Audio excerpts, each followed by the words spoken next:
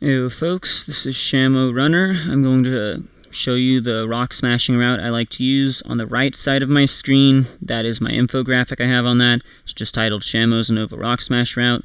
There might be other routes out there, different locations, different orders, but this is normally the order I do mine in, or a fairly similar order, as well as these are the exact locations.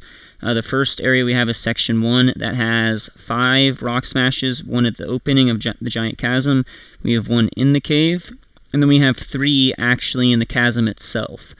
The second section we have right here is the west of Black City, and there's only 1 rock smash there. Section 3 is west of Nakreen City, and that's actually, you are not going into the forest there. This is right before the entrance there. And there are in total 4 rock smashes, not 5, 4 rock smashes. 1 on the entry to this area, and there's 3 at the end of it. Section 4 is close to Striatan, however you want to say this. That is east of that city there. This is in the Dream Yard, and we have 3 rock smashes here. This is the section that you need cut on. None of the other sections need cut. Then we have sections 5 and 6. Section 5 is north of Opelucid City, and then section 6 is east of it. And both of those only have 1 rock smash. That first section we have right here, actually, you do need to use strength in both of those at this location in advance. The second spot is in the cave, but the first spot we have is before you even get to this area. Once you leave Lacanosa town, there's a strength rock that you'll need to move that's right below this area where the infographic starts for that area. Those are the 6 areas we have there. This is on a 6.5 minute timer. Once the 6.5 minutes are up, then you can go ahead and start again. And we're going to go ahead and get started. I always start by flying to the location. So here we go. So one thing you'll need to make sure is lead off with a Frisk Thiefmon. I'm just using a Bayonet right now as my lead one, and works plenty fine. He's about level 70 some and change. Yeah, level 71 on him. And then also make sure you have a Rock Smash Mon. When you enter into the cave, make sure you pop 1 basic repel. You do not use super repels, max repels. You don't need the extra steps. You only need 2 normal repels on this entire run. That second Rock Smash right there, which is in the cave, that is actually the least profitable rock smash on the entire route. I've only found 2 Mons there, and neither of them yielded items, but it's so close to the normal route, I just go ahead and hit it each time. While you're in the chasm, you will have to run through a little bit of the grass, and sometimes, as you can see now, you run into Pokemon. Most of the time, that does not really impact your times too much overall. Boom, we have our first Mon.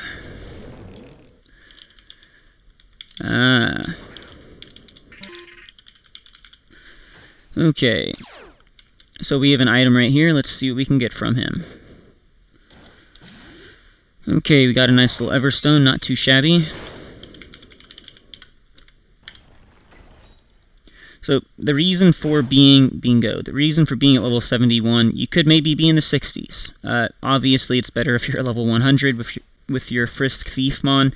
You don't want them to die. These Boldor and Gigalith that you run into sometimes, they will have things like self-destruct or explosion. I can't remember off the top of my head. Since that is a normal type move, it won't hit you if you're a ghost type. That's what's really nice about Bayonet. The downside is they do like to use Stone Edge, as we just saw a minute ago, and it chunked me. That was almost 63% of my health. Right here we have a Gigalith. And no item on him, so we go ahead and run. So we go on to section 3 right now. That is over to Black City, and then we will go west from there. So we did start, as I said, I don't remember if I mentioned that, we start in Lacanosa town, as you could see in the beginning of the video. And then now we're going west of Black City, and there's only 1 rock smash here. And the team itself, the core things you need to make sure we have, sweet, 1 more Mon.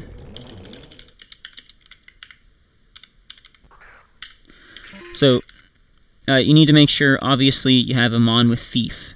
You need to make sure you have a Frisk Thiefmon up front is extremely helpful to have, so you're not having to waste your time using Thief on mons that don't have anything. That helps keep your times faster, which is extremely helpful. The next thing you need, in case it needs to be said, you have to have a Pokemon with Rock Smash. I just have that on a Sneasel right here. It doesn't. The only mons that matter level-wise, there's 3 of them. Your Frisk Thief mon, always have a catching Pokemon with you, whether that is a catching Smeargle, or the big Shroomish Breloom. And the third mon that's I would seriously recommend, you don't have to have one, but is a mon with Damp. I just have Alpha Parasect right here. His HA is Damp. Unbelievably helpful. I forgot to pop my Repel. We're good to go. The reason for those Repels, which I'll explain here more towards the end, that's to help keep your times down. Because, in case you aren't aware, Rock Smashes, they only respawn, those specific rocks that you can Rock Smash, they respawn roughly every 4.5 minutes, give or take. I don't know the exact technicalities, but I found on this route, as long as I have a timer running, and I only start a run every 6.5 minutes, I haven't had any issues with the rocks being spawned back in. I have had issues when I'm trying on 6 minutes and 15 seconds, as well as 6 minutes, much less issues on the 6-minute timers. That's a bit more technicalities and getting into a little bit more nitty-gritty and math and numbers and what happened on different runs. But what happens is, with all of that, it's best if you just keep it on 6.5-minute timers. So this location, I forgot to mention that. This is the Dream Yard right here. We have only 3 Rock Smashes. Forgot about that.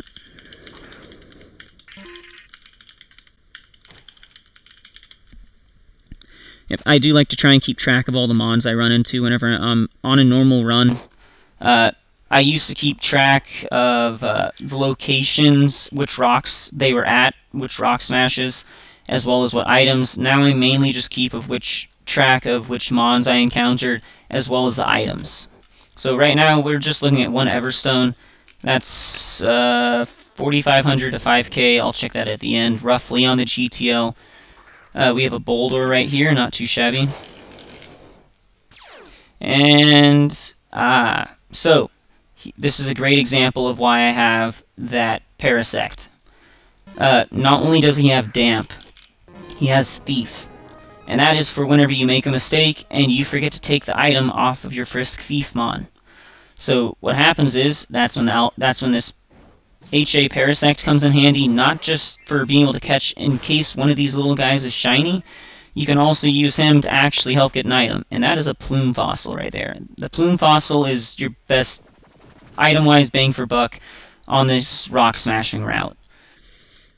And so he is a bit slow, so we do have a little bit of issues there. The time is running pretty high right now due to all of this going on right here.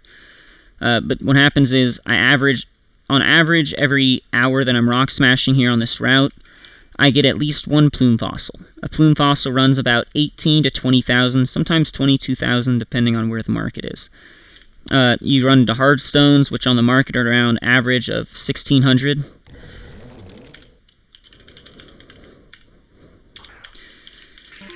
The Hardstones, if you can find someone to actually buy it on the market, go for it.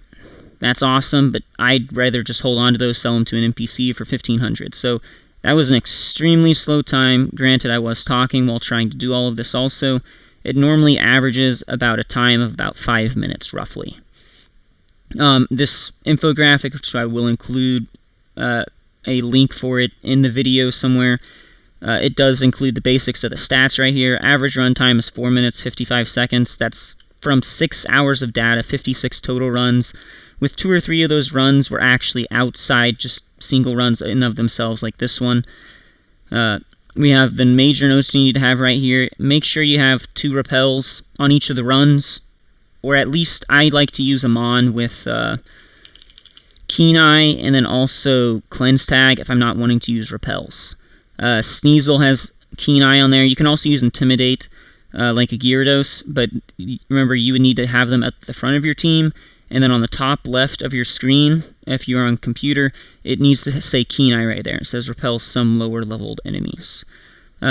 The downside is if it is a mon with Intimidate like Gyarados, what happens is whenever if you run into a Pokemon in the grass, assuming you're not wanting to use repels for this run, what'll happen is the Intimidate is roughly 2 to 4 seconds range for that whole animation and the attack stat drop on the target before you can actually run away. It's only 2 to 4 seconds, but in this, sometimes you're needing every second you can get. Sometimes, hey, if you're fine with that and you're fine waiting a little bit longer, sometimes on your timers, then Intimidate is perfectly fine. I personally do prefer having 2 basic repels to help me with that. It is extremely helpful for that location, for section 1 in the cave, and for section 3 for getting through those patches of grass right there. I would also recommend, in addition to the strength, for some of these areas you do have to have the Unova Elite 4 beat. That is for sections 1, 2, and also 6. You have to have the Elite 4 beat in Unova. You can still get more than half the Rock Smashes roughly all taken care of if you have not beat the Elite 4 yet. That section 1 though, you do need to go in through and clear those 2 strength spots, and you also need to have, other than the strength, that's the only HM you need to be using in advance, and you never need it again once you take care of that. Remember, you do need to bring with you is a Mon with Rock Smash, Cut, Fly, and then also lead with a Frisk Thief Mon. And I do recommend having a Mon with Damp and a secondary Mon with Thief. The HA Parasect is really nice because he has Damp as his hidden ability, and then he can also have Thief. So you have that covered, that secondary Thief for whenever you make mistakes, and that Damp for any time you run across a shiny Roggenrola, Boldor, or Gigalith is extremely helpful to be able to help you secure that catch in case you do run into a shiny. Let me pause this real fast, and I will be back shortly. Okay, cool. So this is right here before you is 6 hours of data. Each of these had anywhere from 69,000 to 72,500 items thieved in 1 hour. There are 2 of these on here with the 2 outliers, one of 113,000 thieved, while the following hour is only 48,000 in items. And we also have on here, there's all sorts of different data here, the mons that I encountered, the items they had, when they were throughout the route. Some of the data in here is from an older infographic when I was testing back in December when a lot of this was tested out. The big items you run into, this has a lot of value, is the plume fossil, that's anywhere from 18,000 to 22,000. At one point it did bottom out a few weeks ago down to about 12 to 15,000. Sometimes that happens, that'll bring your yields down. I do recommend for anyone that, the people that would like to do this are most likely going to fall into one of 2 categories. One of those is going to be people who do want the fossils. And one of the fossils, the one that you'll run into the most commonly, is the cover fossil. That yields the Tortuga line right here, who also evolves in the Caracosta. Phenomenal HM slave Pokemon, and I personally do like this fossil Pokemon overall. The other line, which is yielded from the plume fossil, gives you Archon, as well as he evolves into Archeops. That's where you get both of these from.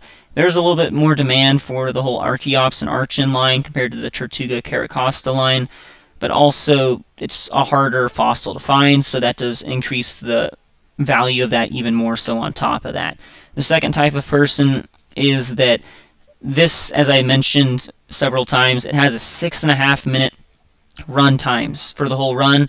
Once the 6.5 minute timer is done, then you go ahead and start another run. And normally you finish in about that 5 minute time period per run for the whole Unova Rock Smash route, and that gives you about 1 to 1.5 minutes to go to the restroom, go get a drink, go fix something, or you can just talk with people on comms on Discord or get other stuff taken care of. So it gives you a little bit of free time in between each run to be able to do some stuff or get things taken care of, compared to some pickup, thief, and also payday locations people do like, which can yield some similar results with regards to total value at the end of the hour, but they have less time to be able to just go over, get snacks, and prep some stuff or talk with people and whatnot. So this has those are the two types of people I do recommend for trying this out.